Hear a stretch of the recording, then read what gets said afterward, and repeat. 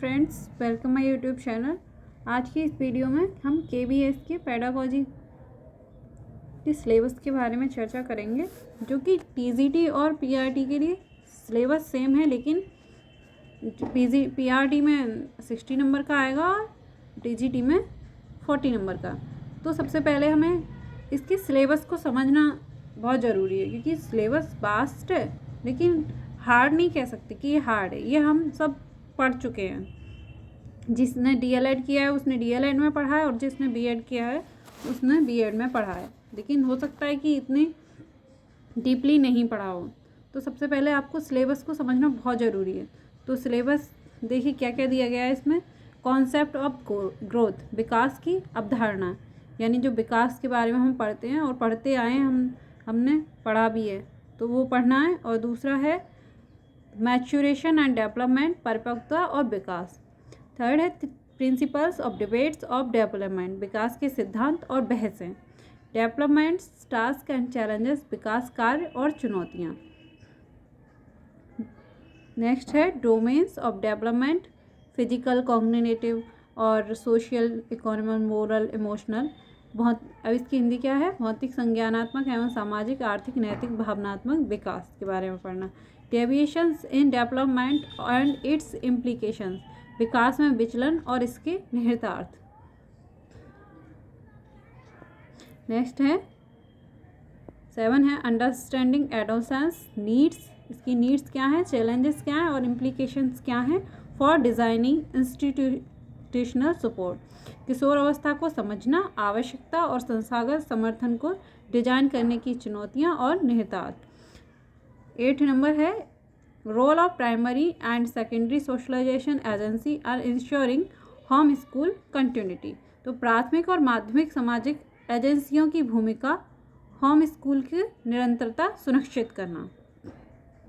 Next topic में दिया गया अंडरस्टैंडिंग टीचिंग लर्निंग, तो theoretical perspective on learning, behaviourism, cognitive यानी सीखने के सैद्धांतिक दृष्टिकोण और व्यवहारवाद और संज्ञानात्मक मतलब सीखने के सिद्धांतों के बारे में इसमें अध्ययन करना है। दूसरा है constructivism with special reference to their implications for, निर्माणवाद और उसके निहितार्थ के विशेष संबंध में, यानी इसमें निर्माणवाद के बारे में पढ़ना है। द रोल ऑफ टीचर्स का role of learner, nature of teacher student relationship, teacher और स्टूडेंट की रिलेशनशिप की प्रकृति के बारे में पढ़ना है। चॉइस ऑफ टीचिंग मेथड के बारे में। Classroom environment, understanding for discipline power, अनुशासन की शक्ति की समझ। Factor affecting learning and their implications for designing classroom instruction, तो सीखने को प्रभावित करने वाले कारक होते हैं ना, वातावरण, उसकी आनुवंशिक स्थिति, ये सब पढ़े हैं हमने। तो ये सीखने को प्रभावित करने वाले कारक और कक्षा निर्देश को डिजाइन करने के लिए उसके निहितार्थ। प्लानिंग स्टूडेंट्स एक्टिविटीज, स्टूडेंट की एक्टिविटीज़ के लिए प्लानिंग। और नेक्स्ट दिया गया है, देखिए creating learning spaces in school में सीखने की जगह बनाना। शिक्षण अधिगम की योजना और संगठन, planning and organisation of teaching learning. Concept of syllabus and curriculum over and hidden curriculum, पाठ्यक्रम और पाठ्यचर्या की धारणा को खुला और छिपा हुआ पाठ्यक्रम। नेक्स्ट है foundation literacy and numeracy, yearly childhood care and education, मूलभूत साक्षरता और उसकी ज्ञान, प्रारंभिक बचपन की देखभाल और शिक्षा। नेक्स्ट है competency based education, experience learning, योग्यता आधारित शिक्षा, अनुभवात्मक शिक्षा। थर्ड है instructional plan, year plan, unit plan and lesson plan, निर्देशात्मक योजना, वर्ष योजना, इकाई योजना और पाठ योजना। जो कि हमने जो टीचिंग की थी तब हमने ये सब पढ़ा था, ये हम प्लान वगैरह बना के ले जाते थे, जैसे पाठ योजना कैसे बना के ले जानी है और फिर बच्चों को कैसे पढ़ाना है उसके according. Instructional material and resource, शिक्षण सामग्री और संसाधन। Information and communication technology for teaching learning, शिक्षण अधिगम की सूचना और संचार प्रौद्योगिकी। Assessment of learning for learning and as learning meaning purpose and consideration in planning, सीखने के लिए सीखने का आकलन, नियोजन में सीखने का अर्थ, उद्देश्य और विचार। 17 है इनहांसिंग टीचिंग लर्निंग प्रोसेस, शिक्षण व सीखने की प्रक्रिया को बढ़ावा देना। क्लासरूम ऑब्जर्वेशन एंड फीडबैक, कक्षा अवलोकन और प्रतिक्रिया। 19 है reflection and dialogue as mean of constructivist teaching, रचनावादी शिक्षण के साधन के रूप में चिंतन और संवाद।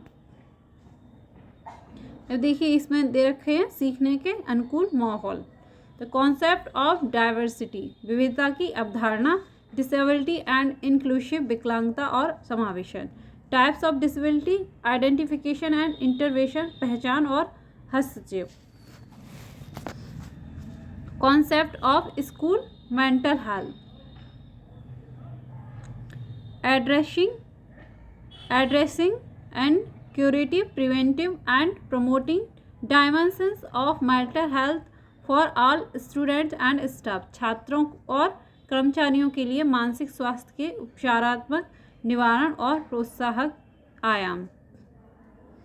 6 है provisioning for guidance and counselling, मार्गदर्शन एवं परामर्श की व्यवस्था।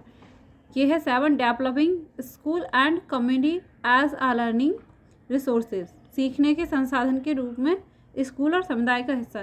देखिए मुझे नहीं पता किसने क्या किया, लेकिन मैंने डीएलएड किया और ये जो टॉपिक इसमें आए हैं, ये जो कौन सा सीखने के अनुकूल माहौल बनाना, ये जहाँ तक मुझे याद है ये 3rd सेमेस्टर का सिलेबस दिया गया, 1st एंड 2nd पेपर जो होता था उसका। स्कूल के संगठन और नेतृत्व, leader as reflective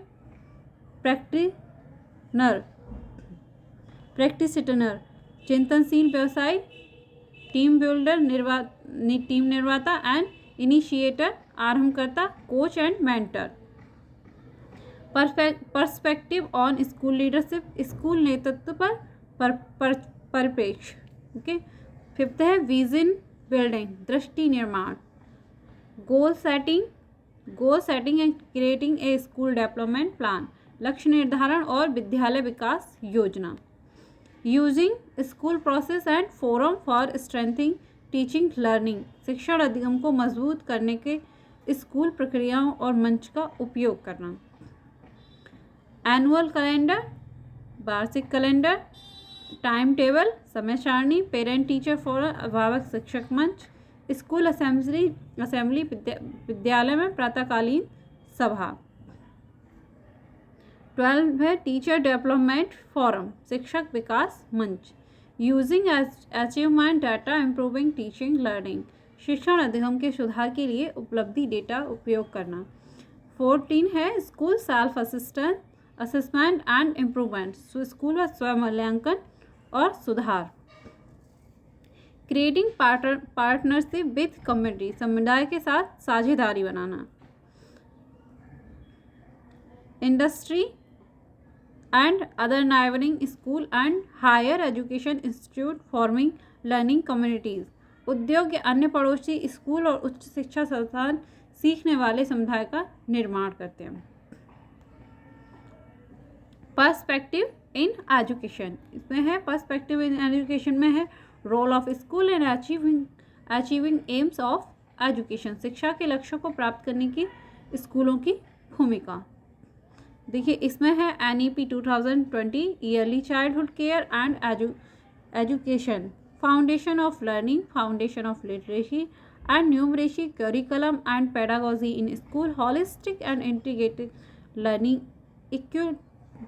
equitable and inclusive education, learning for all, competency based learning and education guiding principle for child right। इनमें जितने भी रूल्स बनाए गए हैं NEP 2020 में और ईयरली चाइल्डहुड, ये सारी योजनाएं इनके बारे में पढ़ना है इसमें। 3rd है protecting protecting and provision for rights children to safe and secure school environment, सुरक्षित स्कूल पर्यावरण के लिए बच्चों के अधिकार की सुरक्षा और उसके प्रावधान। Historically studying and national policies in education with special reference to school education, स्कूली शिक्षा के विशेष संदर्भ में शिक्षा में राष्ट्रीय नीतियों का ऐतिहासिक रूप से अध्ययन। देखिए इसमें कौन कौन से आते हैं, जैसे मैकाले आयोग बनाया गया था, हंटर आयोग बनाया था, कोठारी आयोग और मुतालियर आयोग, ये सब सारी एजुकेशन पॉलिसीज़ आई थी, उसके बारे में इसमें अध्ययन करना है। और आरटी राइट टू एजुकेशन 2009 के बारे में अध्ययन करना है। और ये तो हम पढ़ते आए हैं, सीटेट का एग्ज़ाम देते हैं तो उसमें मेंशन किया गया है सिलेबस में। School curriculum principles perspective, school पाठ्यक्रम सिद्धांत व परिप्रेक्ष्य। लर्निंग एंड नॉलेज, सीखना और ज्ञान। Curriculum areas, school stage, pedagogy and assessment, school चरण, शिक्षा शास्त्र और मूल्यांकन। देखिए मैंने सब इंग्लिश के साथ साथ इसकी हिंदी भी दे रखी है। अगर आपको ये वीडियो पसंद आए लाइक शेयर करें। Thank you.